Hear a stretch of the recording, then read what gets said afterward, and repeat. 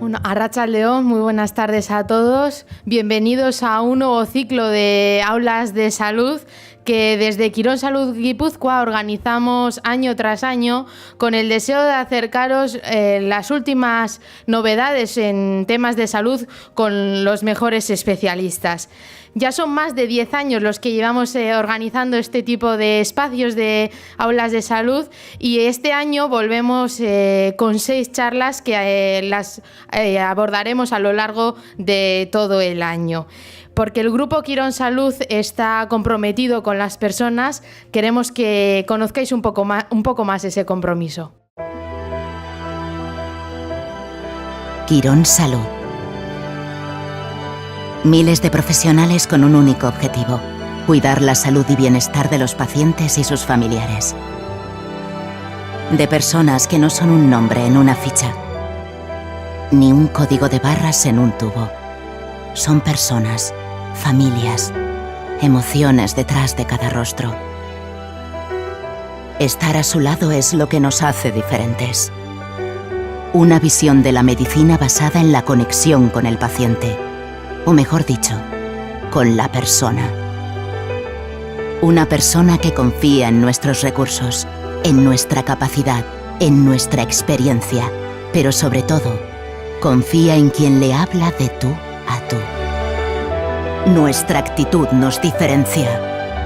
Somos ese auxiliar que empuja la camilla y corre para salvar una vida. La enfermera que después de tomar una vía, toma una mano. El investigador que no se rinde, que sabe que lo que persigue puede cambiar vidas. El médico que ejerce y enseña a sus alumnos el valor de su vocación. Trabajamos para las personas, para cada una de ellas. Quirón Salud es la salud persona a persona. Esa es nuestra promesa, individual, única, irrepetible.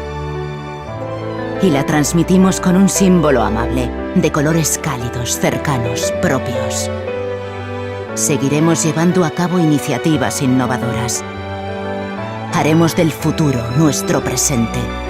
Vamos a ser grandes, no por nuestro tamaño, sino por la fuerza de nuestro compromiso. Porque ser una marca joven, con más de 60 años de experiencia, nos ha enseñado que la fórmula para ser los primeros está en la pasión por lo que hacemos. Tenemos una visión. Quirón Salud. La salud persona a persona.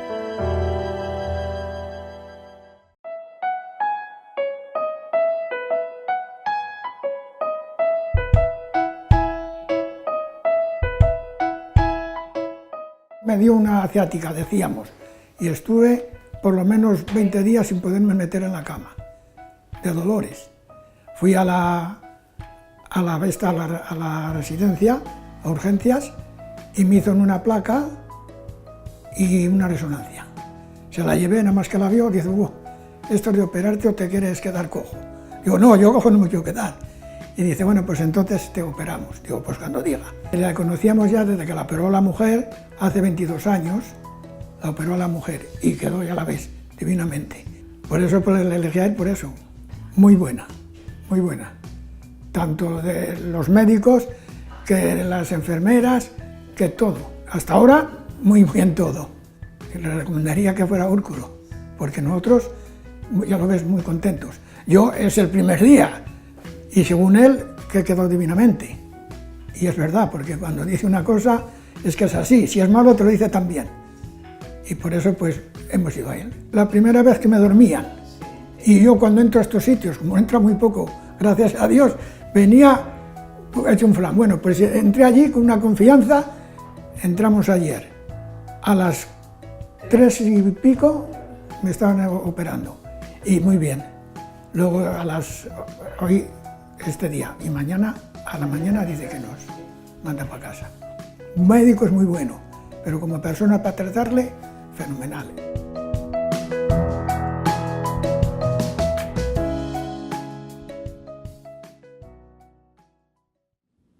Pues hoy en este primer aula de salud vamos a hablar de neurocirugía. No sé si sabrían decirme qué patologías atiende esta especialidad. Pues un poco con ese deseo hemos organizado esta primera aula de salud para que conozcáis un poco las patologías que aborda la neurocirugía y también los avances más significativos que atienden ahora mismo en el cerebro, tanto en el cerebro como en la columna. Para hablar de todo ello nos acompañan hoy el equipo de neurocirugía de Policlínica Guipúzcoa que lidera el doctor Enrique Úrculo y que conforman los doctores Nicolás Amprón, José Undabeitia y Mariano Arrázola. Después de la exposición abriremos un turno de preguntas, de dudas, para que también los dos doctores os puedan responder pues, a todas aquellas preguntas que tengáis. Muchísimas gracias y os cedo la palabra. Bueno, buenas tardes a todos. Es un placer estar aquí para explicarles a todos ustedes lo que pensamos que hacemos bien, que es la neurocirugía. Todo el grupo que formamos parte de la Policlínica como neurocirujanos estamos encantados de estar aquí y sobre todo de ver caras conocidas y que por supuesto a lo mejor no necesitan ninguna explicación de lo que es la neurocirugía y el neurocirujano porque lo conocen perfectamente. Pero yo quisiera explicarles a ustedes en unos minutos en qué consiste la neurocirugía y qué es la patología que fundamentalmente atendemos. El neurocirujano, como ven ustedes aquí, se relaciona con muchas otras especialidades. Se relaciona con los neurólogos, con neuroanestesia, con los cirujanos, con neuroradiología, anatomía y neurofisiología, entre otras. Es decir, es una especialidad muy amplia que tiene muchos compartimentos y muchas relaciones con otras especialidades. ¿Y cuál es la patología que atendemos? Fundamentalmente podemos dividirla en dos grupos, una patología craneal o cranocerebral y otra patología vertebral. ¿Y qué porcentaje atendemos de cada patología? Pues atendemos fundamentalmente, lo más común es la patología degenerativa de la columna vertebral. Es decir, que ese porcentaje, que es de un 60% aproximadamente, corresponde pues, fundamentalmente a las hernias discales, a las estenosis de canal, a los traumatismos, tumores, infecciones y otras patologías dentro de la columna vertebral. Sin embargo, no hay que olvidar que la patología craneocerebral es una patología, por así decir, estrella, la más importante que atendemos. Y en ello tenemos los tumores cerebrales, los traumatismos, la patología vascular, la neuralgia trigémino, la hidrocefalia, las infecciones y otras muchas. Es decir, que la especialidad de neurocirugía es muy amplia y por eso dentro de la neurocirugía hay neurocirujanos que vamos poco a poco, sobre todo la gente más joven, especializándose en áreas muy concretas dentro de la neurocirugía. ¿Y qué síntomas atendemos? El paciente viene a la consulta fundamentalmente por dolor que puede ser en la cabeza, dolor en la columna vertebral, a nivel cervical, a nivel lumbar, que son los más frecuentes. Pero también viene por otros síntomas como pérdida de fuerza. A veces el dolor es un síntoma importante de enfermedad neurológica, pero otras veces no existe dolor y hay otros síntomas. Cuadros, por ejemplo, de pérdida de fuerza en un brazo, o en una pierna o en un pie, que esos son indicativos de lesión o alteración neurológica. Otras veces por trastornos sensitivos. No hay dolor, no hay pérdida de fuerza, pero presentan hormigueos en una extremidad, hormigueos faciales, trastornos muy complejos a veces desde el punto de vista sensitivo y difíciles de explicar incluso para el paciente. Otras veces vienen por alteraciones de la marcha. Pacientes que empiezan con una alteración de la marcha, sobre todo enfermos ya mayores, de edad mayor, que ese trastorno de la marcha puede ser bien provocado por una alteración de la médula o de la columna vertebral o también por un problema cerebral central o también por alteraciones visuales, entre otros muchos otros sintomatologías, pérdida visual o pérdida de otro tipo, porque realmente el sistema nervioso controla todo el organismo. Pero lo que basamos el diagnóstico, fundamentalmente, lo basamos en la relación del paciente con el enfermo. Es decir, la consulta es donde se establece la relación médico-enfermo que consideramos básica para cualquier tipo de inicio de diagnóstico. Es decir, que ustedes vienen a la consulta, hablamos, hacemos una historia clínica y una exploración muy sencillita. En la exploración nada más usamos un oftalmoscopio, esto que es un martillo de reflejos, esto que es un diapasón, o sea, 4 instrumentos, y con esos 4 pequeños instrumentos podemos orientar mucho la exploración y la clínica y sobre todo el diagnóstico del paciente. Sin embargo, nos tenemos que apoyar como en la tecnología, nos apoyamos en la tecnología de imagen, y la neuroimagen está fundamentalmente representada por el escáner y por la resonancia magnética. Hay otras, arteriografías, ecografías, PET, en fin, no quiero complicarles la vida, pero los 2 básicos diagnósticos iniciales de imagen es el escáner y la resonancia. Dependiendo de qué patología, una u otra, pues pediremos una imagen u otra, dependiendo del enfermo. Pero voy a darles, y acabo con esto, solamente 2 palabras de lo que más vemos, que es el dolor de espalda. El dolor de espalda afecta a un 90% de la población, por lo tanto, prácticamente todos los que estamos en esta sala, en algún momento de nuestra vida nos ha dolido la espalda. Eso no significa nada, no es ninguna patología importante, que es lo más frecuente. Sin embargo, hay casos en que hay que atenderlos cuando se hacen crónicos, cuando hacen un mes y es diario el problema, entonces vienen los problemas. Y es la causa más frecuente de baja laboral en pacientes de menos de 45 años, cosa que es importante también saberlo. Y puede estar asociado o no a la presencia de una hernia de disco. La hernia de disco es una patología que todo el mundo conoce, ha oído, pero realmente pues no sabe lo que es una hernia de disco, y eso es lo que voy a tratar de explicarles en estos minutos. Y normalmente el dolor de espalda es autolimitado, es decir, que en unas 6 semanas como mucho desaparece. Si se prolonga más de 6 semanas, entonces ya tenemos que hacer algún estudio más profundo. Vemos cómo la columna vertebral, cómo va cambiando en el primate hasta primero al andar sobre 4 patas y hasta establecer la bipedestación. Y el problema de la columna vertebral, casi todos los problemas son por mantener esa bipedestación sobre 2 patas. Andamos sobre 2 patas y la columna resiste, tiene que aguantar todo el peso del cuerpo. Por lo tanto, ese es un dato muy importante. Vemos cómo la curva de la columna vertebral va desapareciendo, va cambiándose, modificándose, mientras está en el recién nacido, en el niño, o cuando ya se pone el niño de pie. Va adoptando una serie de curvaturas que son normales a nivel de la columna cervical, que es una lordosis, una cifosis dorsal, etcétera, no voy a explicar más, y cómo con la edad se va deteriorando y el paciente normalmente va flexionando la columna y se va encogiendo, por así decir. Vuelve a la posición fetal inicial, que es esta posición. Si hay alguna pregunta, pueden hacerla, ¿eh? Quiero decir que esto es un coloquio y estaría encantado de poder responder. Esto es la diferencia de lo que es un disco. Esto es un disco que existe entre 2 vértebras, entre vértebra y vértebra existe un disco, que es como una especie de almohadilla. Este es un disco en el niño, que vemos cómo está hidratado, es esponjoso, etcétera, y cómo en el adulto ese mismo disco se va desecando, va perdiendo hidratación, va perdiendo altura, y por eso cuando más mayores somos, más bajitos nos hacemos. Es decir, primero hay una evolución natural de crecimiento y luego hay una regresión que es absolutamente normal y entra dentro de la normalidad y no es patológico.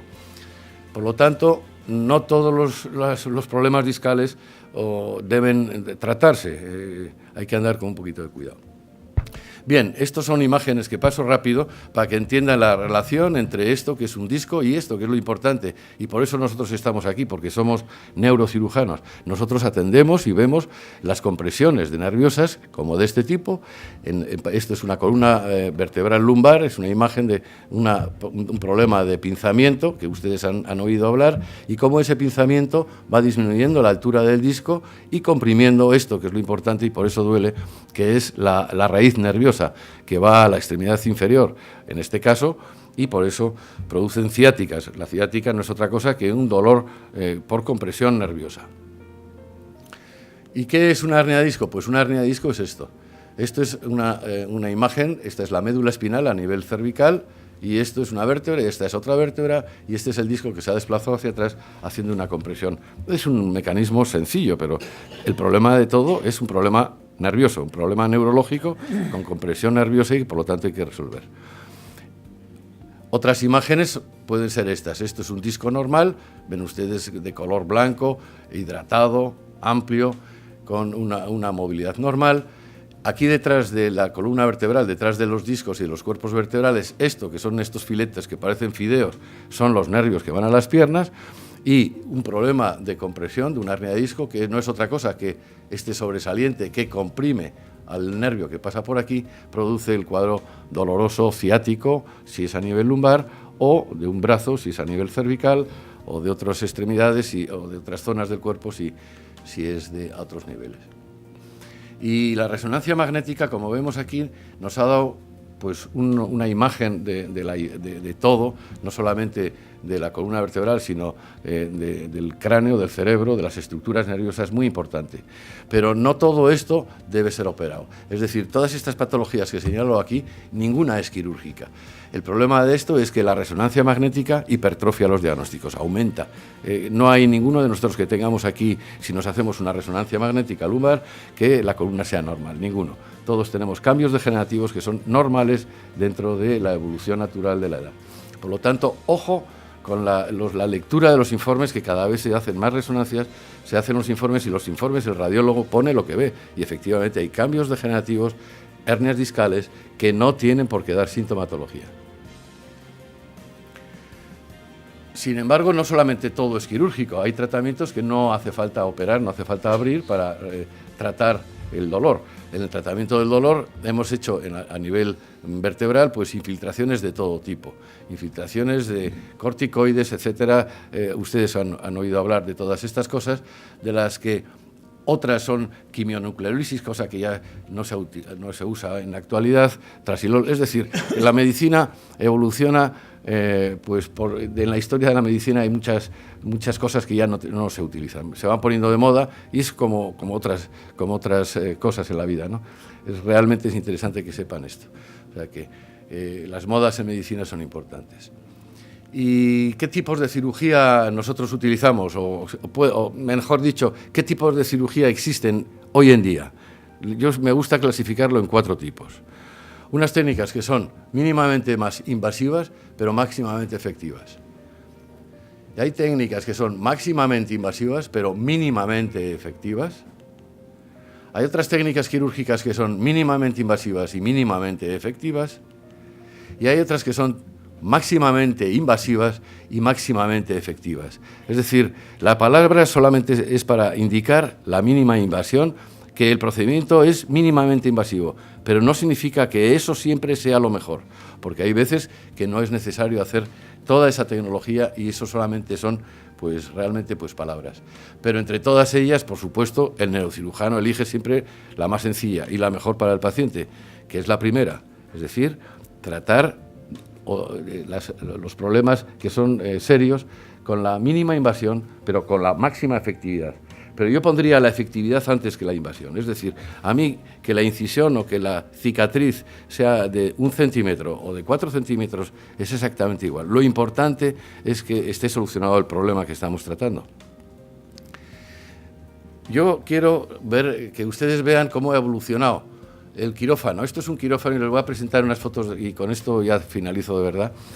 Un quirófano de neurocirugía. Esto es un quirófano de neurocirugía donde mi maestro, el doctor Arrazola, está aquí con un fotóforo, ven ustedes ahí, como si fuera un marinero o un marino, buscando los peces, o con una luz, que era una bombilla, que se quemaba. Realmente era esta cirugía. Ya hoy día pues no lo hacemos. Es decir, ha habido una evolución impresionante, y esto es el quirófano, que lo que hacemos ahora es con la utilización de una tecnología de alta sofisticación, fundamentalmente basada en el microscopio. Ven aquí cómo estamos operando a través de un microscopio donde no nos vemos las manos, donde estamos los dos neurocirujanos, el neurocirujano principal y ayudante, y luego una serie de gente que ustedes no ven en el quirófano que está alrededor ayudando. Es decir, que la neurocirugía en un quirófano se va complicando mucho. Hay a veces que hay neurólogos, neurofisiólogos, por supuesto el anestesista siempre a pie de camino. El anestesista en neurocirugía es básico para que podamos operar en las mejores condiciones. No hay que olvidarse nunca de la anestesia, y que realmente vemos cómo los quirófanos van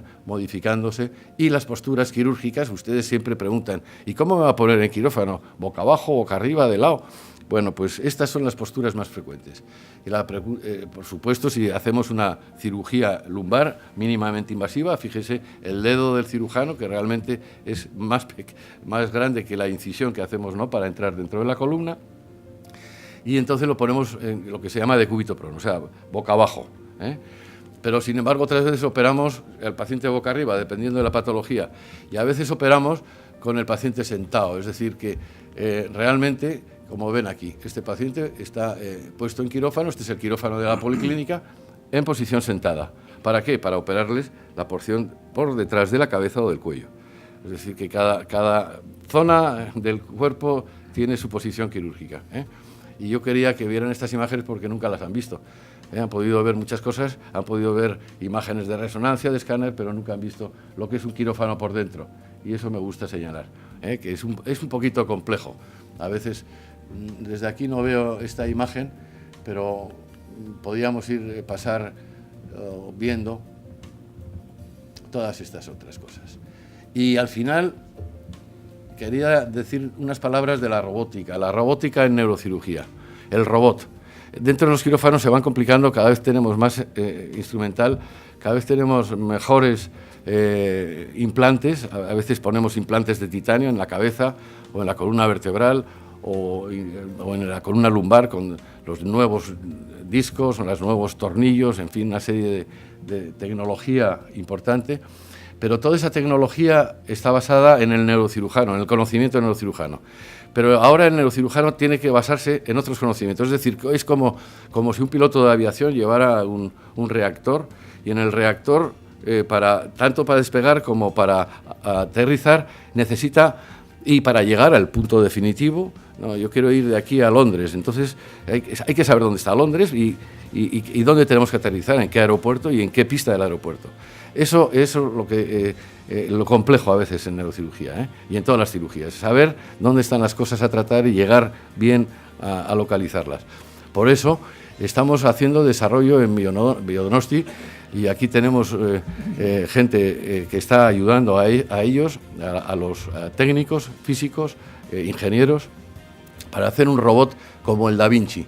Esto lo tenemos, está en investigación, todavía estos son imágenes de quirófano con el Da Vinci, que el Da Vinci no lo usamos los neurocirujanos, se usa para hacer otro tipo de cirugía endoscópica, sobre todo abdominal o renal, pero que el futuro es posible que para poner un tornillo en la columna cervical, que es un área muy compleja desde el punto de vista ventilatorio, donde pasan las estructuras traqueales, ventilatorias, esofágicas, la médula, todos los nervios, las arterias, las venas, es decir, que unas estructuras muy, muy delicadas, pero para ir con una precisión milimétrica como si fuéramos a pilotar un avión de reacción. Por lo tanto, el robot en neurocirugía yo a lo mejor no lo veo, pero sí que el doctor Samprón, el doctor Undaveitia o Arrazola, que los tienen ustedes aquí presentes, pueden trabajar con ello.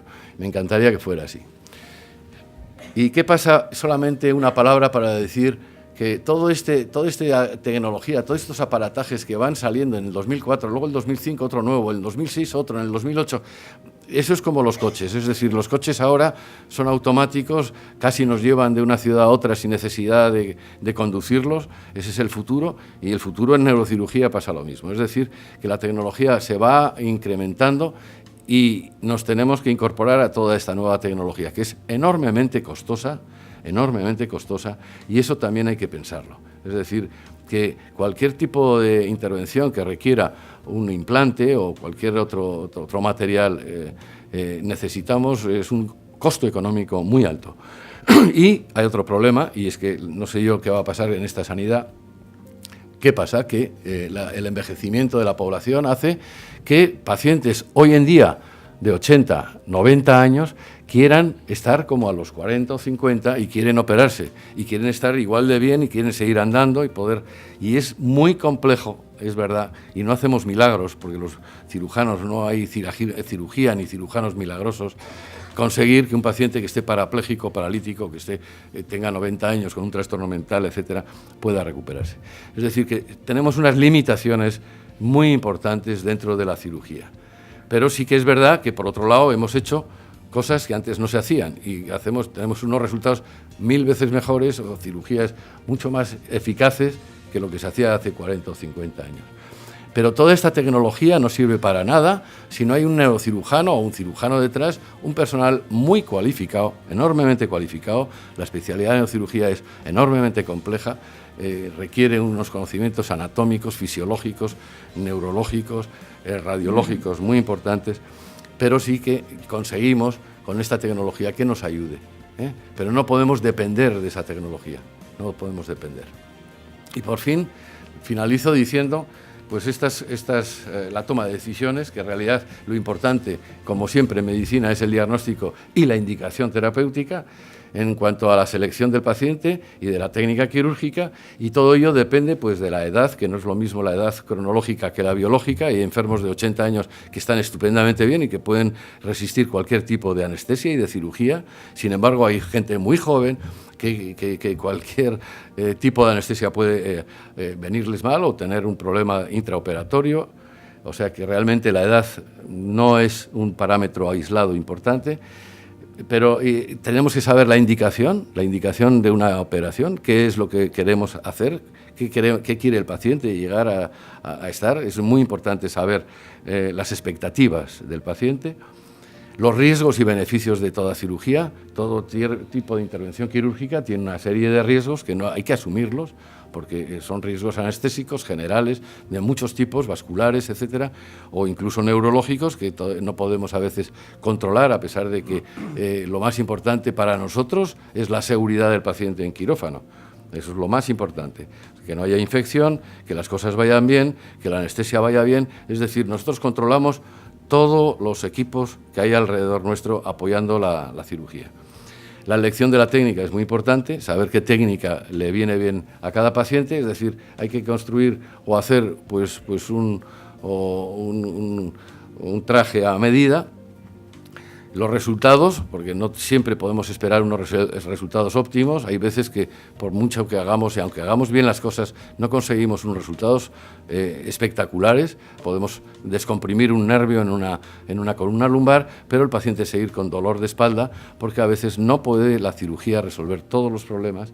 Las complicaciones, siempre tratamos, lo peor que para un neurocirujano existe son las complicaciones. Cualquier cirujano, la complicación cada vez la odias más, y cuanto más viejo eres como yo, pues más miedo tienes a una complicación. Es decir, virgencita, que vaya todo bien, que no se me infecte, que la orina controle la orina, que, en fin, una serie de cosas y de parámetros que son importantes y que realmente, pues a veces, aunque el cirujano tiene complicaciones, o sea, no hay ningún cirujano que el cero complicaciones y cero éxitos no existe, yo por lo menos no lo conozco.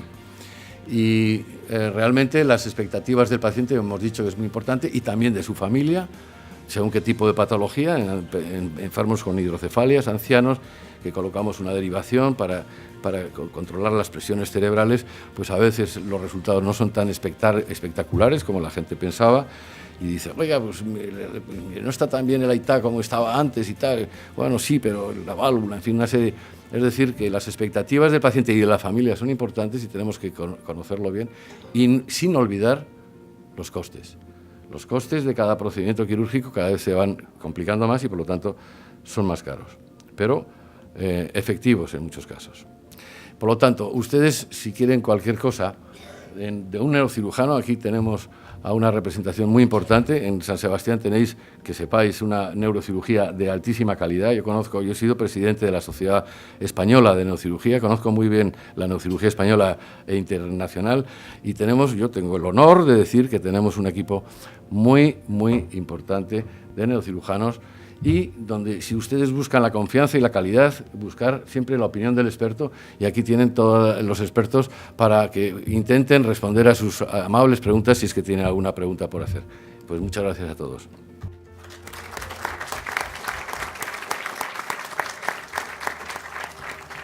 Muchísimas gracias, doctor Úrculo, por su exposición. Pues como ha dicho el propio doctor, ahora podéis levantar la mano y mi compañero os acercará el micrófono para que podamos escucharlo todo.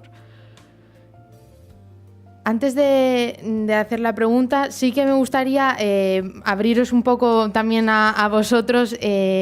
en todos esos avances que ha hablado el doctor Úrculo, de esa robótica que se ve un poco en el final del camino, ¿qué diríais que son las ventajas que está ofreciendo toda esta evolución en cuanto al médico y al paciente? No sé si al médico mayor precisión y al paciente una recuperación más cómoda al ser menos invasiva.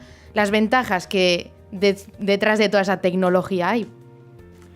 Yo creo que la principal ventaja que puede ofrecer la cirugía robótica, tanto a nivel cráneo-cerebral como en la cirugía de la columna vertebral, es con la seguridad del paciente, lo que decía el doctor, porque sobre todo aumenta la precisión hoy en día, sobre todo los desarrollos que estamos intentando hacer, es aumentar la precisión en la colocación de los implantes en la columna vertebral, y aplicaciones similares en la cirugía cerebral, y eso aumenta la seguridad del paciente, disminuye el riesgo de complicaciones, y probablemente esto en medicina siempre hay que estudiarlo en la realidad, cuando esto sea de aplicación más amplia, probablemente también mejore los resultados. Y la recuperación también supongo será más cómoda, ¿no? Sí. Para el paciente. Sí. Vale. Tenía ahí la primera pregunta, tenemos.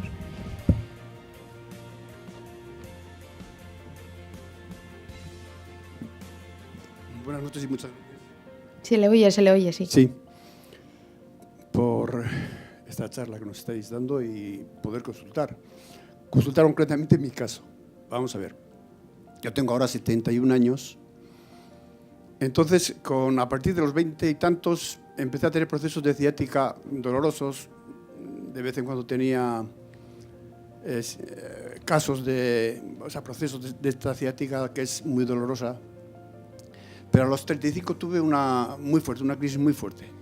Tal es así que, 3 meses estuve yo en la cama. O sea, y con un dolor terrible, a levantarme, bueno. Entonces le comenté a mi mujer, llévame y que me hagan lo que sea, que me rajen, que me abran y que me solucionen el problema del dolor. La cosa es que cuando estuve en la residencia, me habían hecho pruebas, incluso preoperatorio, o sea, realmente estaba a punto ya de entrar en quirófano.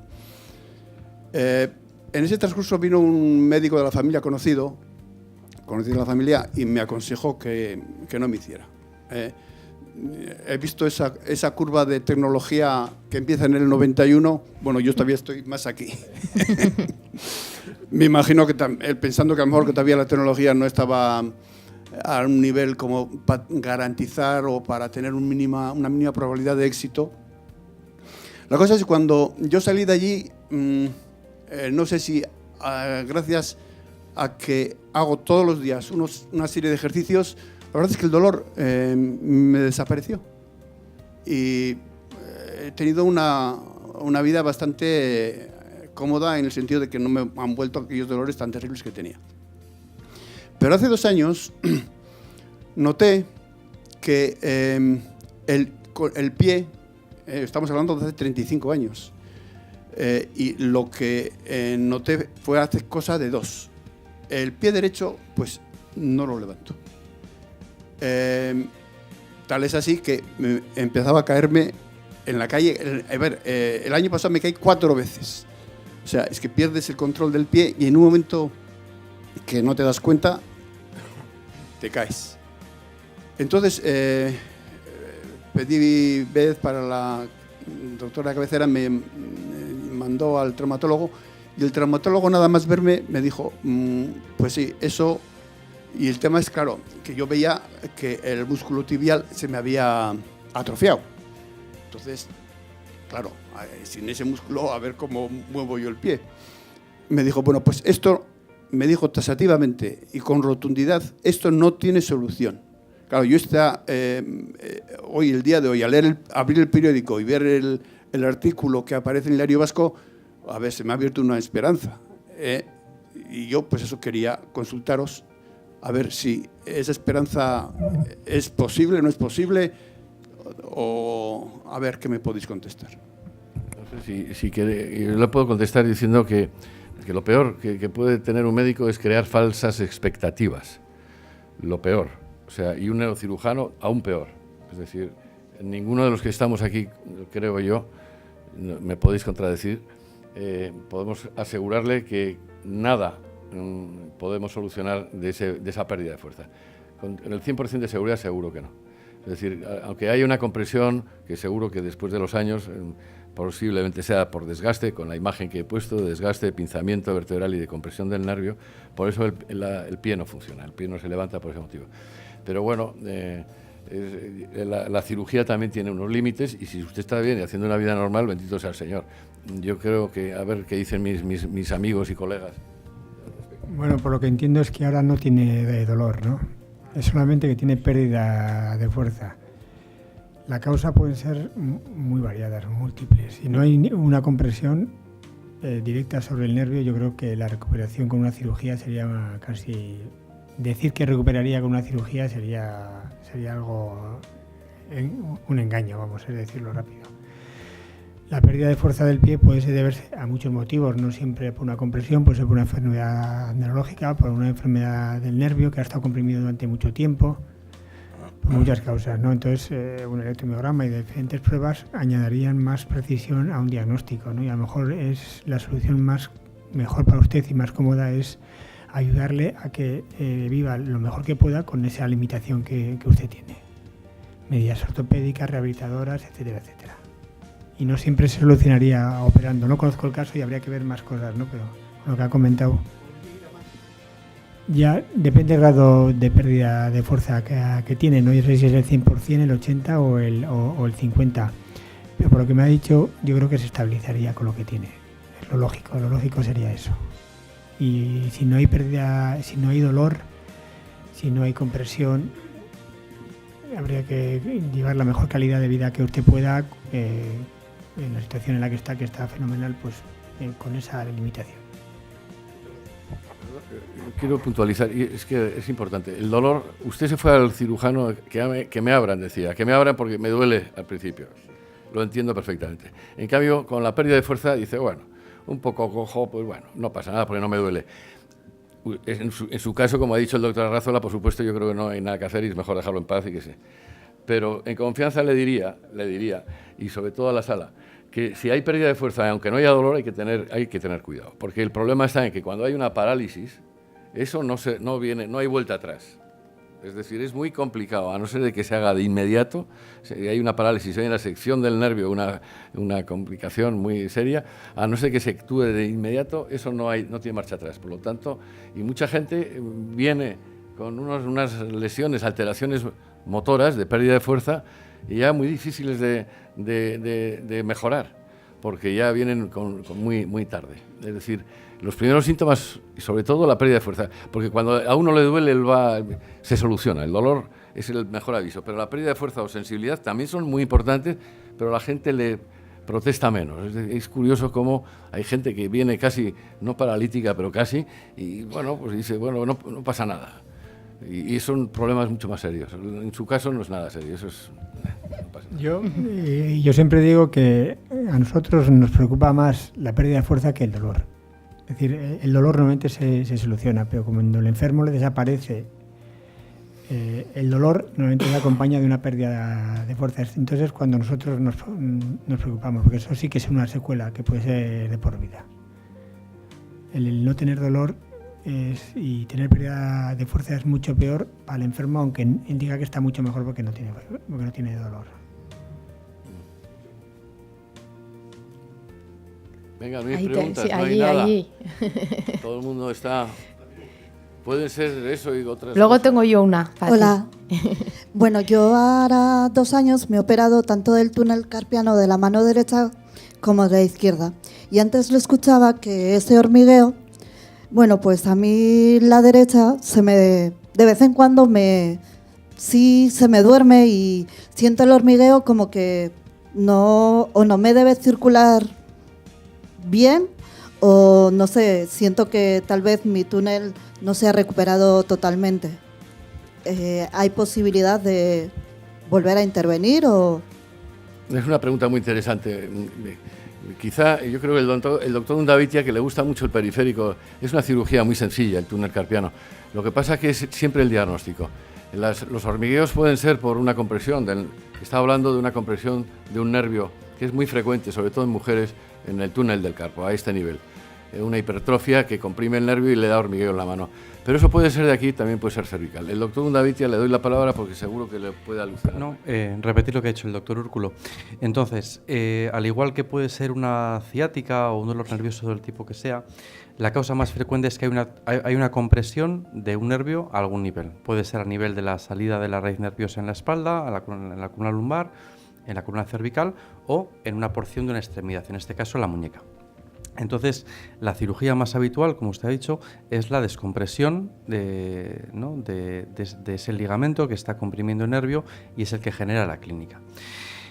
Al igual que ha dicho el compañero, cuando ya hay una pérdida de función, que en su caso puede ser una pérdida de sensibilidad, aún quitado la causa, la recuperación puede ser lenta. Entonces, ante unos síntomas que usted dice que igual no son satisfactorios del todo, es razonable reiniciar un estudio y ver si tenemos una afectación que puede ser una secuela o de tipo crónico o puede ser bien por una nueva compresión a dicho nivel y, por supuesto, cabe la posibilidad de una cirugía si bien hay que ser cauteloso en la indicación, o si esos hormigueos, esos síntomas pueden venir de otro sitio, como por ejemplo de una compresión de ese nervio, pues a nivel del cuello, a nivel del codo o donde pueda ser.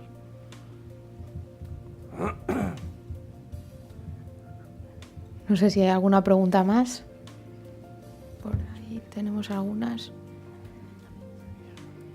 Bueno, muchísimas gracias por la charla que están dando. Me quedo muy a gusto y estoy muy a gusto. Pero yo para el doctor Mariano Arrazola muy agradecida. Muy agradecida. Porque me he quedado con los dolores que tenía antes, ahora al menos puedo andar. Y no ando bastante, no tengo ese dolor. Lo único que me pesan los pies como 1 tonelada. Eso es el problema que tengo. Yo puedo, les conozco mucho, sé todo lo que ha sufrido, los dolores que ha pasado. Se hizo una primera cirugía, mejoró, luego volvieron otra vez los dolores. Ya 3 me ha hecho, Por eso digo, no, si ya lo sé. Las recuerdo todas perfectamente, porque aunque no lo crean, al final nosotros lo sufrimos con el paciente. Como bien ha dicho el doctor Úrculo, que no mejore el enfermo. Una complicación, aunque no lo crean, para nosotros es una verdadera pesadilla, una pesadilla, y con la edad pues mucho peor todavía, ¿no? Te vas dando cuenta que el enfermo no mejora, que el enfermo está sufriendo, y eso a veces, pues al final hubo que hacerle varias cirugías y ha llegado a una situación pues que tiene una calidad de vida bastante aceptable, pero tiene unas secuelas de todos los sufrimientos que ha tenido que se transforman en alteraciones sensitivas en las piernas, que son muy difíciles de tratar a pesar de todas las medicaciones que se quieran poner. Bueno, pues muchas gracias. Seguiré así. Por ahí, eso, se está animando la gente. Luego tengo una, Sí. Quería preguntar si nos podían hablar un poquito sobre la estenosis. ¿Y qué soluciones puede tener? Estenosis de canal, ¿y qué soluciones pueden tener? Hablar un poco de estenosis de canal y soluciones que pueda tener. Sí, ¿me permite, doctor? Sí, claro, hable usted. Bueno, el canal lumbar o conducto lumbar. Allí, ella. Hola. El conducto lumbar es un conducto que pasa por el centro de la columna vertebral, que está formado por la unión de todas las vértebras. Y por ese conducto, se llama canal, pasa a nivel cervical, dorsal y la parte más alta de la zona lumbar, la médula espinal. La médula espinal es un órgano muy importante, todo el mundo conoce los lesionados medulares, hay algunos famosos, tristemente famosos. Es una de las estructuras más importantes que tiene el organismo porque es lo que comunica el cerebro con el resto del cuerpo. Y en la zona lumbar no hay más médula espinal, sino que están los nervios que se encargan de las extremidades inferiores y de las funciones perineales, sexuales, de esfínteres, de de la orina, de la defecación y de otras funciones muy importantes. Entonces, cuando ese canal o conducto se estrecha por cualquier enfermedad, puede ser una enfermedad de nacimiento, lo que nosotros llamamos congénita, pueden ser malformaciones o, mucho más frecuentemente, puede ser simplemente por desgaste o artrosis. Se van formando sobrecrecimientos de hueso o se va el disco intervertebral que veíamos allí se va saliendo de sitio, ese canal se va estrechando. Y la estrechez del canal o conducto, un conducto estrecho, es lo que llamamos estenosis. Esa es la palabra para describir. Entonces la estenosis de canal lumbar es una enfermedad que no se conoce desde hace siglos, sino se conoce desde hace aproximadamente 70 años. Se describió en Holanda, en particular el padre del doctor Arrasola, que también el doctor Arrasola Silio, estaba justamente en Holanda en el momento en que el doctor Verwijs, un neurocirujano holandés de gran fama, ahora ya fallecido, y un gran maestro de todos los neurocirujanos europeos, les describió esta enfermedad, que antes no se conocía. Y se caracteriza porque son personas que caminan en la calle, pero en un determinado momento, a cierta distancia, no pueden caminar más, bien por dolor o bien por falta de fuerza en las piernas, y se ven obligados a sentarse. Y entonces, eso no se conocía por qué ocurría. Hay otras causas que son la estrechez de las arterias, de falta de riego de las piernas. Pero había pacientes en los que el riego de las piernas era normal, llegaba sangre, la sangre volvía, pero eran pacientes que caminaban por una distancia determinada y no podían caminar más. Y esa enfermedad evolucionaba, y evolucionando con los años, el enfermo, y se puede medir, porque cada vez van pudiendo caminar menos y se tienen que sentar. ¿Cómo se llama? Muchas veces es típico que las personas salgan y estén contando eso. Escaparate. Yo es que soy de origen argentino, entonces en Argentina nosotros los escaparates le llamamos vidriera. Y entonces es la enfermedad del que mira las vidrieras, o los escaparates, porque camina 50 metros y se para a ver un escaparate. No le interesa nada lo que hay del otro lado del escaparate. Igual es una señora que se pone a ver una ferretería, o un señor, no sé, una perfumería de señoras. Pero se tiene que detener. Y lo mismo le pasa al prostático con los baños. Sale de paseo y está como si fuera un espía internacional mirando y localizando dónde están los baños. El de la estenosis de canal localiza los escaparates y los asientos de los parques. No sé si eso contesta. Sí. Y soluciones, ha preguntado también que podría tener. Bueno, en esa enfermedad, si es de significativa, sí hay pruebas de que la cirugía mejora la calidad de vida. Y entonces hay que pensar, por lo menos como opción, una vez que la calidad de vida está afectada y se han ensayado diversas maneras de tratamiento conservador como fisioterapia y ha pasado un tiempo razonable, hay que considerar la cirugía en la estenosis de canal. Sí. No sé si...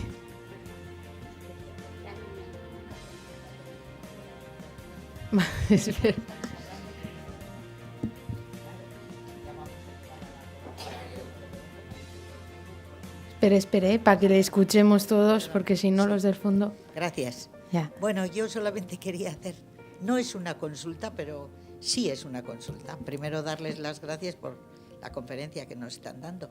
Pero claro, para mí no es, porque yo también me pasará igual como el doctor Úrculo o antes, que no lo voy a ver.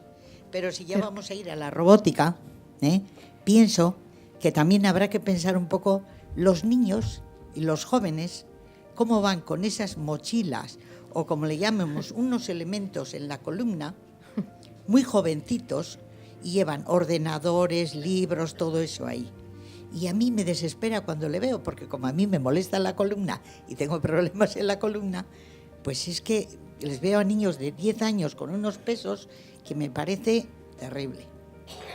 Entonces, yo creo que eso también, como estamos hablando de salud, y yo además me he reído porque he visto que efectivamente éramos todos de una edad un poco así cuando he visto que estábamos para entrar, pero también habrá que buscar un poco alguna situación de esas. No, creo yo, no sé. Estoy hablando, no tengo más que 4 nietos, pero tengo de edades distintas. Y eso es lo que me gustaría, pues no sé, ya que hablamos de salud, que tengamos un futuro para ellos algo mejor, porque no sé. Bueno, lo que dice es algo que tiene toda razón, es increíble. Yo tengo 3 hijos y les veo salir de casa con unas mochilas que me gusta mucho ir al monte nunca llevo ese peso, vamos. Es que yo no nunca, yo creo que nunca he llevado un peso como los que llevan ellos. Se van al cole, vuelven y eso. Y por mucho que les dices, siguen llevándolo. Eso pues es una sobrecarga raquídea ya desde la edad joven y eso a la larga pues va a crear vicios, malas posturas y luego debilidad. Pero yo creo que es inevitable, es inevitable. Yo no sé si en el colegio les mandan llevar y traer los libros o les gusta a ellos o es cosa de los... Yo ya no sé cuál es el verdadero motivo, no lo sé, pero que es increíble desde luego. Eso tiene una solución muy fácil. La mochila de los niños, dentro de poco ya no llevarán mochila al colegio, porque llevarán un pequeño portátil, ya no hay libros, ya no se escribe a mano, ya no, eso es un error terrible. Yo prefiero que lleven una mochila de 2 o 3 libros con su plumier y con los papeles y con sus plumas para escribir, porque eso ha desaparecido. Pero sí, increíble. Pero llevan eso, perdón. Sí, que además de los libros llevan el ordenador. Van con los libros y un ordenador, digo, pero... Están todavía en el cambio del libro al ordenador, no han dado, entonces llevan todo, por si acaso. Están todavía, no ha pasado al ordenador definitivo, entonces están en ese cambio. Esperemos que acaben solo llevando el ordenador. Por ahí tenemos otra pregunta. Hola, buenas tardes. Agradecerle su presencia y por favor tenemos unas dudas, a ver si nos podían... Mi mujer Elena lleva un tiempo con malestar y le han diagnosticado, lo tengo que leer, lordosis fisiológica cervical con punto de inflexión, estenosis moderada izquierda y no sé, más cosas. Operación. Y queremos, por favor, si nos podían indicar cuál es su opinión. Yo creo que las últimas consultas más o menos están un poquito relacionadas. Entonces, ya sea a nivel cervical, a nivel dorsal o a nivel lumbar, desde los abusos de la infancia con una mochila, las malas posturas viendo la televisión, las sobrecargas en el trabajo, nos van alterando la morfología normal de la columna y eso va a dar distintas enfermedades, como ha dicho el doctor Sampron antes, una estenosis de canal a nivel lumbar o a nivel cervical otras tantas. Entonces, en su caso lo que tenemos, más descrito en el informe, no, lo reafirmo. Entonces, la columna tiene que tener una morfología determinada para cumplir su función correctamente. Entonces, una de las características es que la columna tiene una serie de curvas en función de su localización que le aporta una mayor resistencia y una flexibilidad y una movilidad determinada. Entonces, a medida que vamos generando estos vicios, estas malas posturas, estos abusos, y no es algo puntual, sino que es algo repetido, es cuando encontramos este tipo de problemas. Distinguimos en ocasiones la afectación nerviosa, que es lo que hemos hablado casi todo el rato, del dolor a nivel cervical. Esa sintomatología, generalmente la respuesta a la cirugía a veces es un poco más pobre. Entonces tenemos que ser muy cautos a la hora de elegir y también de prometer, lo que ha hecho antes el doctor Úrculo, las expectativas que ofrecemos al paciente. No sé si te he respondido bien. Ya lo comentamos en la...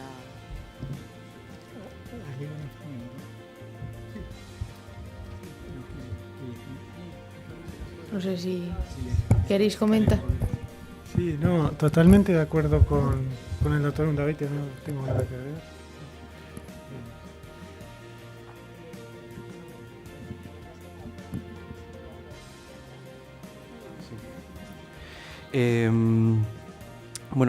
Como concepto, la estructura que tenemos que proteger a toda costa siempre es la estructura nerviosa.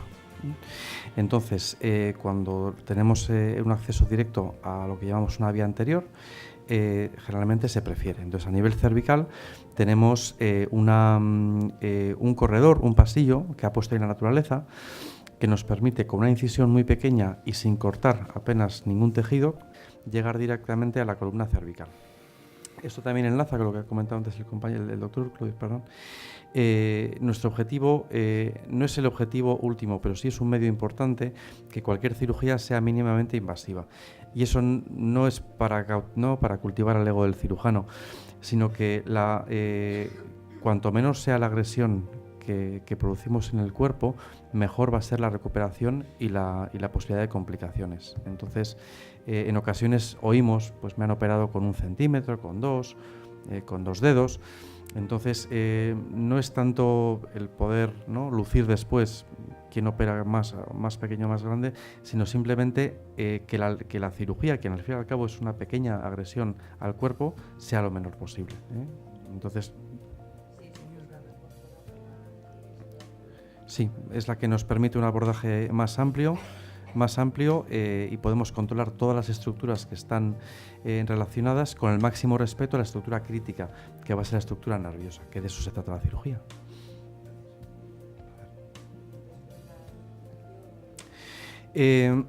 Perdón. Sí que tengo que decir que todas las cirugías pues, pueden generar algunas molestias, ¿eh? Entonces hay que entender que son cirugías delicadas, que hacemos muy bien, pero que en ocasiones pues, que el paciente a veces no se da cuenta que igual la incisión le va a doler un poco, bueno, las primeras 5 o 10 días, eso es normal.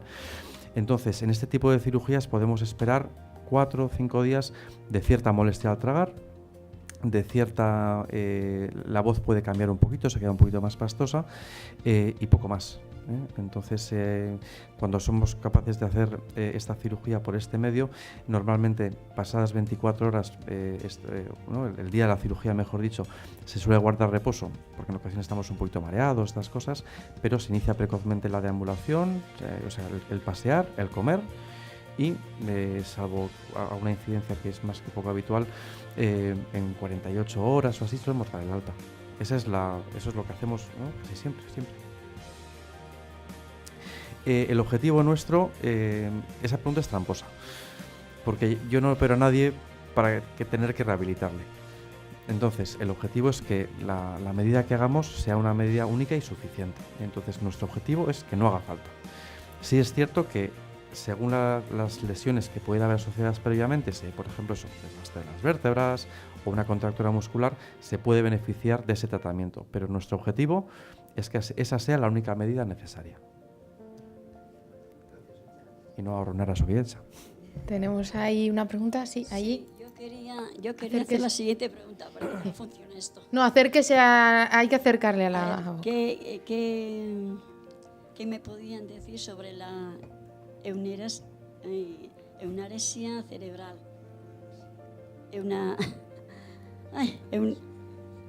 No, es que ya estoy tan nerviosa. Aneurisma. Aneurisma cerebral.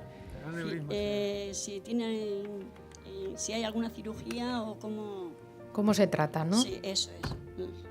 El aneurisma. Aneurisma cerebral, sí. Estaba aquí media hora, sí. Aneurisma y al final... No nos lo ponen fácil, también hay que decirlo, que hay cada palabra. Estamos de examen hoy. Menudo examen nos están haciendo. Empezamos con lo periférico, luego con lo central. Dentro de los aneurismas no es otra cosa que una dilatación, como un globo. Hinchamos un globo dentro de la cabeza, en este caso, porque hay aneurismas por todo, puede haber aneurismas por otras partes del organismo. Y el problema del aneurisma cerebral es que no se conoce que existe hasta que se rompe. Es decir, no da sintomatología hasta que ese aneurisma estalla. Y el globo estalla, hace una hemorragia y entonces empiezan los problemas muy serios a nivel cerebral. En resumen es eso.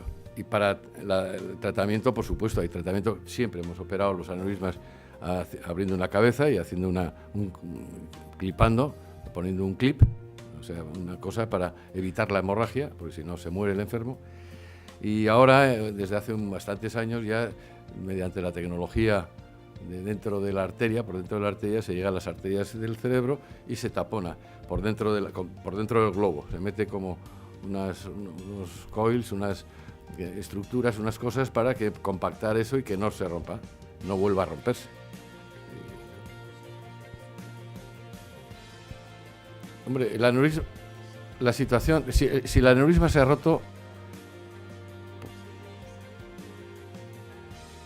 si se detecta antes de romperse, en muchos casos no hace falta operar. Depende de la edad, del tamaño, de unas características que nosotros teníamos que estudiar con otros colegas que son neuroradiólogos investigando toda la circulación cerebral. Es muy difícil responder a esa pregunta, pero si se detecta un aneurisma, eso fue una cosa muy interesante que hubo en Estados Unidos y a nivel internacional, y era que todos los pilotos de aviación, claro, que pilotan un avión lleno de 200, 300 pasajeros o 400 pasajeros y que pueden tener aneurismas cerebrales que no se conocían, o no se conocen porque no dan síntomas. Y pensaban hacer un screening a todos los pilotos de las líneas aéreas para saber si tenían o no un aneurisma cerebral por el riesgo de estallido, o sea, de rotura del aneurisma, que tuviera una hemorragia cerebral súbita, entrar en coma. O sea, es un problema muy serio. Y bueno, con eso me callo. Aquí.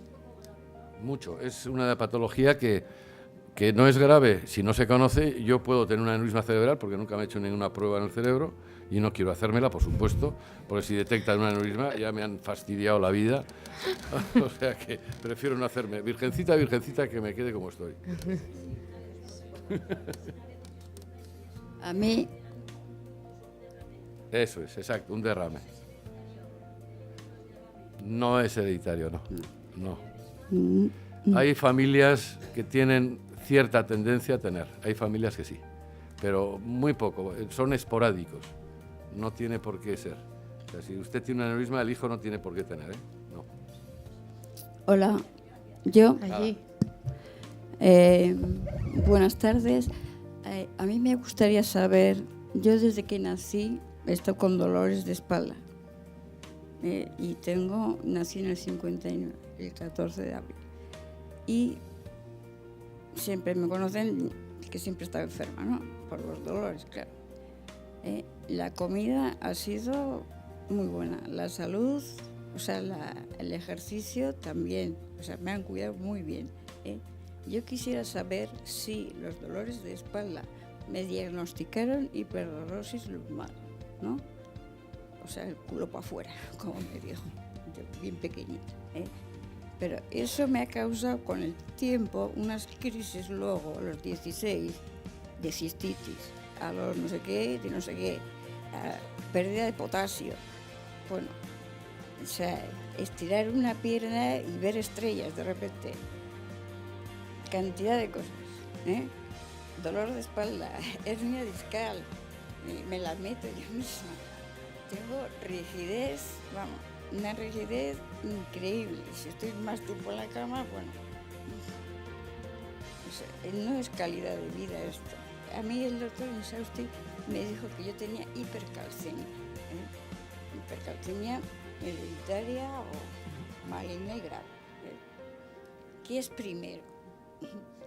La hiperdolosis lumbar, que ha creado todo eso, el exceso de calcio, sin osteoporosis, por lo visto. Ok, no sé. Porque no me ponen ningún tratamiento y los dolores que tengo son tremendos.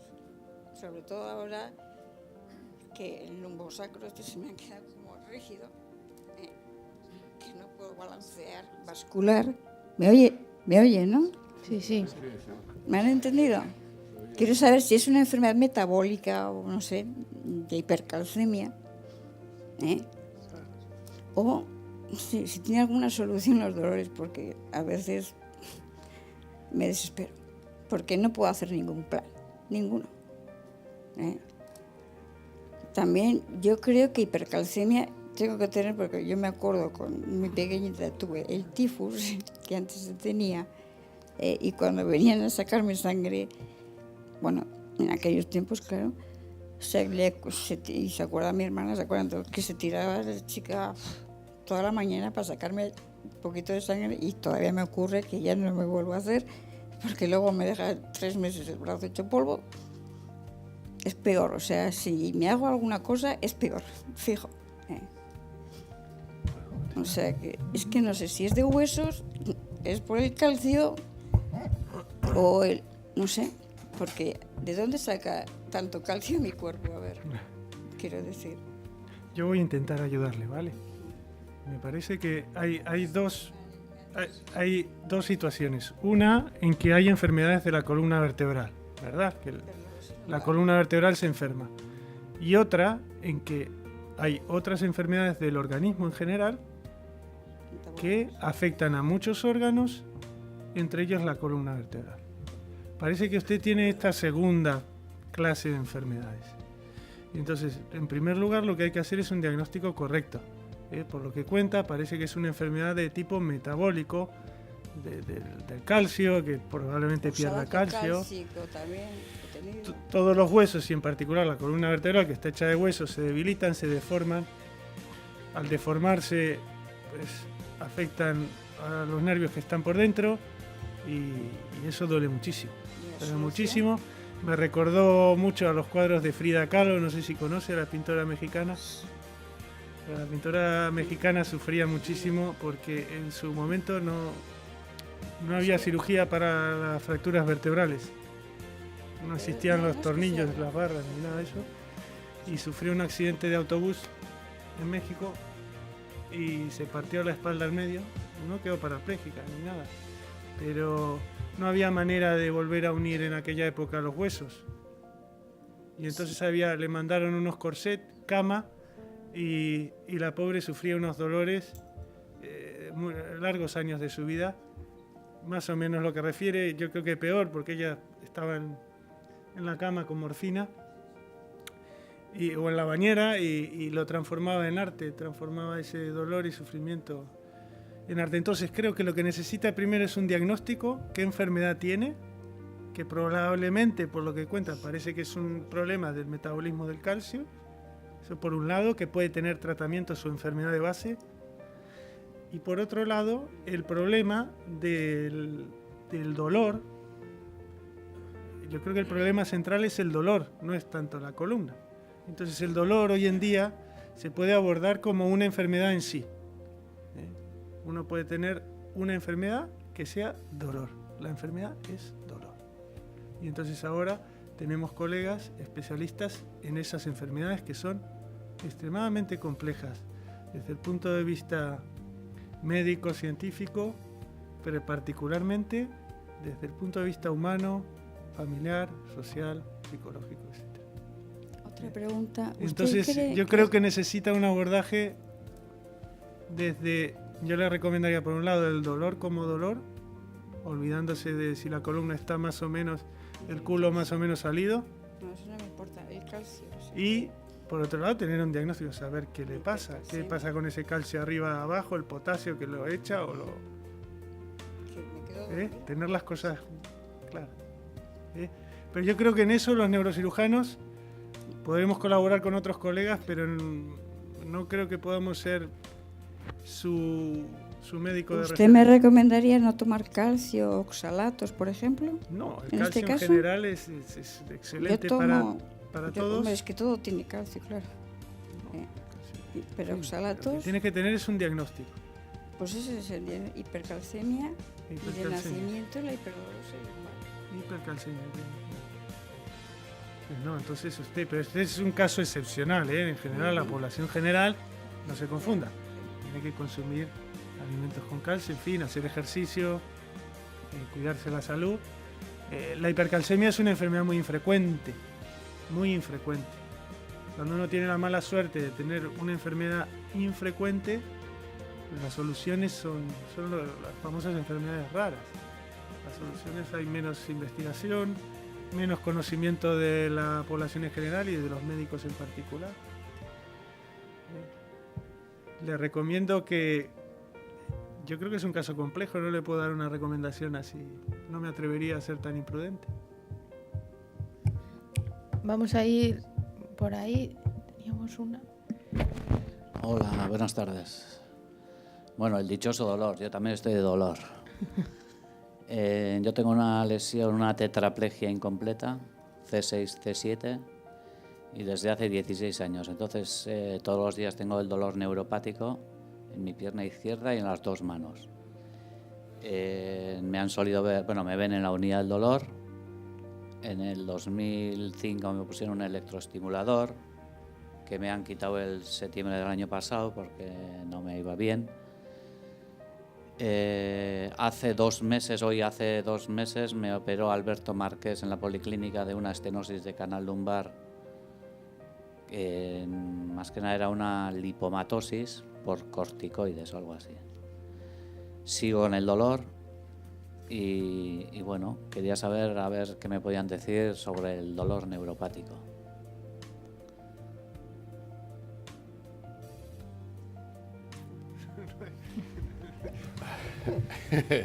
Si empezamos a hablar del dolor neuropático en lesionados medulares no acabamos, o sea, esto es muy complicado explicarlo, ni nosotros mismos lo entendemos, son dolores muy complejos. El tratamiento no solamente es antiálgico para quitar el dolor, sino también incluso antidepresivo, porque acaba en un cuadro depresivo asociado y encima con una lesión medular.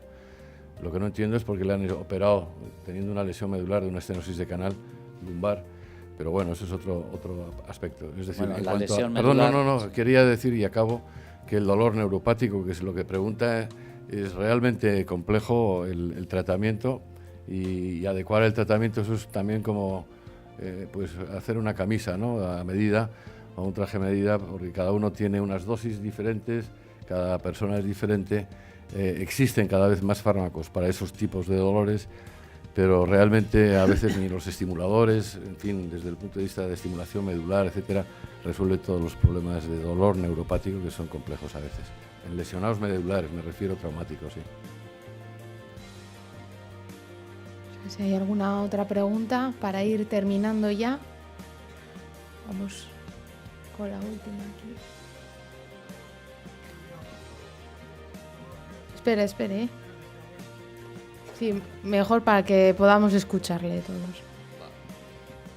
Hola, buenas tardes. Para el doctor Saprón. Bueno, ya sabes que dentro de unos días, dentro de muy poquito tiempo, creo que vas a operar a mi mujer. Bueno.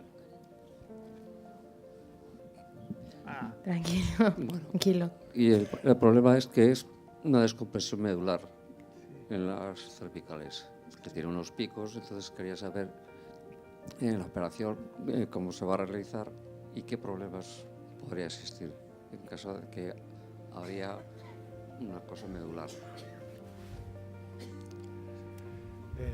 Bueno, tranquilo, irá todo bien. Yo creo que si le voy a operar ya lo hemos hablado en la consulta, ¿no? Me imagino, si no es que no he hecho mi trabajo. Ya. Sí, hablamos. Yo voy a hablar en general, así Eso, nos sí. emocionamos menos. Vale. Hablo en general de... El doctor Unavite comentó ya un poco, el doctor Úrculo en su presentación, es el canal estrecho a nivel cervical. Y entonces la cirugía que solemos hacer son de 2 tipos. Cuando la compresión está adelante, hacemos por adelante. Cuando la compresión está por detrás, a veces hacemos por detrás. Y entonces la cirugía se hace con un microscopio, una pequeña incisión, y el objetivo es, a través del disco intervertebral, descomprimir la médula. Una vez que la médula está descomprimida, la cirugía ya está hecha. Lo que queda es reconstruir de alguna manera el sitio que uno ha utilizado, que es el sitio donde estaba el disco intervertebral. A veces hay que quitarlo, reconstruirlo de alguna manera para que esa columna esté bien. Ya. Y digo, aparte de la descompresión, los famosos picos. Eso es lo que comprime, claro. Eso es lo que comprime la médula. Sí. Y se eso, suele por llamar ejemplo, picos o picos del oro porque como el pico del oro que según me dijeron, eso en realidad es pic de l'or, que decían los franceses. O sea, pico, no es del oro, no es del oro, sino del oro. Pero en cualquier caso, eso es porque en las radiografías se suelen ver unos picos que parecen picos de oro. Y entonces eso es lo mismo que decíamos, desgaste, artrosis estrechar el canal, que es mucho más serio a nivel cervical porque ahí pasa la médula. Y entonces es No, lo único que hay que hacer, descomprimir, claro, tener y confianza eso en el médico y buenos alimentos. Bueno, pues espero que sí. Muchas gracias. Si me permite, para complementar lo que dice el compañero, en ocasiones nos preguntan qué es lo que puede pasar, ¿no? Entonces quizás nos exige o nos piden una información que a un 99,9% no va a suceder. Entonces, lo que puede pasar pues es un tema. Yo creo que es mejor hablar de lo que va a pasar. Que va a ser una cirugía ¿no? en unas manos excelentes, en unos tiempos habituales y con una recuperación rápida. Entonces, ¿qué es lo que puede pasar? Pues que ese día se vaya a la luz. ¿Qué es lo que va a pasar? Pues que en 2 días o 3 le estaremos dando el alta, que es lo que va a pasar.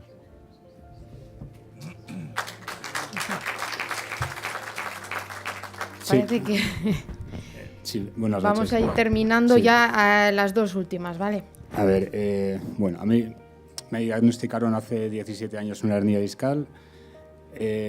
Bueno, durante esos 17 años he vivido con el dolor, dormía 5 horas y perfectamente, con 8 horas me levantaba fatal.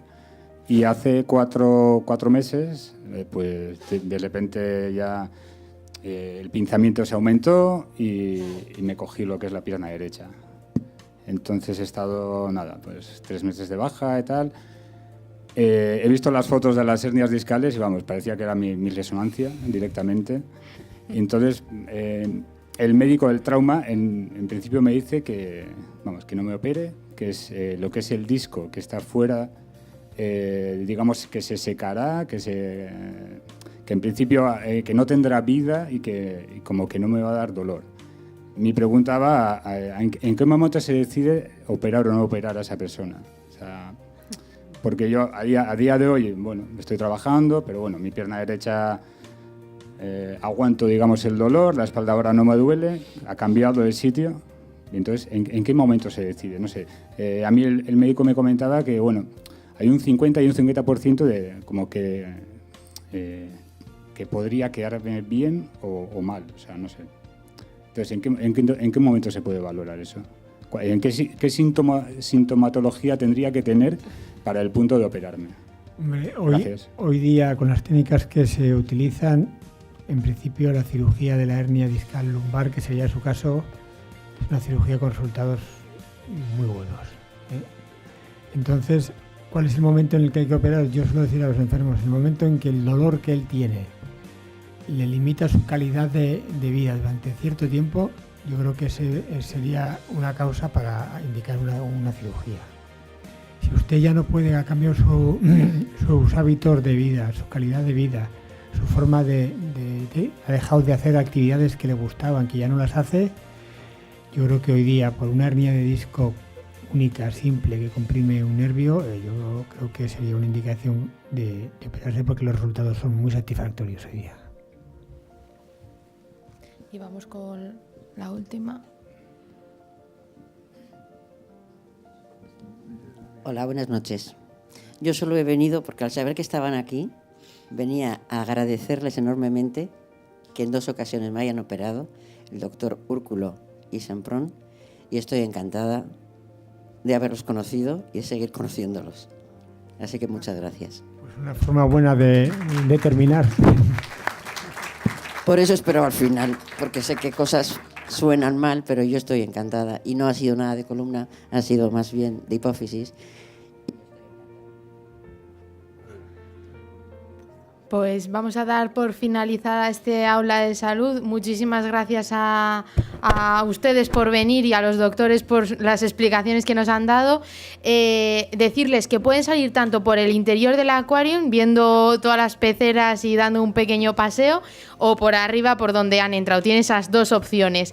Y os espero el 14 de junio aquí en el acuario a las 7:30 también, con otro aula de salud, que en este caso irá de la mano de los traumatólogos Ricardo Cuellar y Adrián Cuellar, que nos explicarán esas soluciones personalizadas para cada lesión de la traumatología. Así que les espero. Muchas gracias.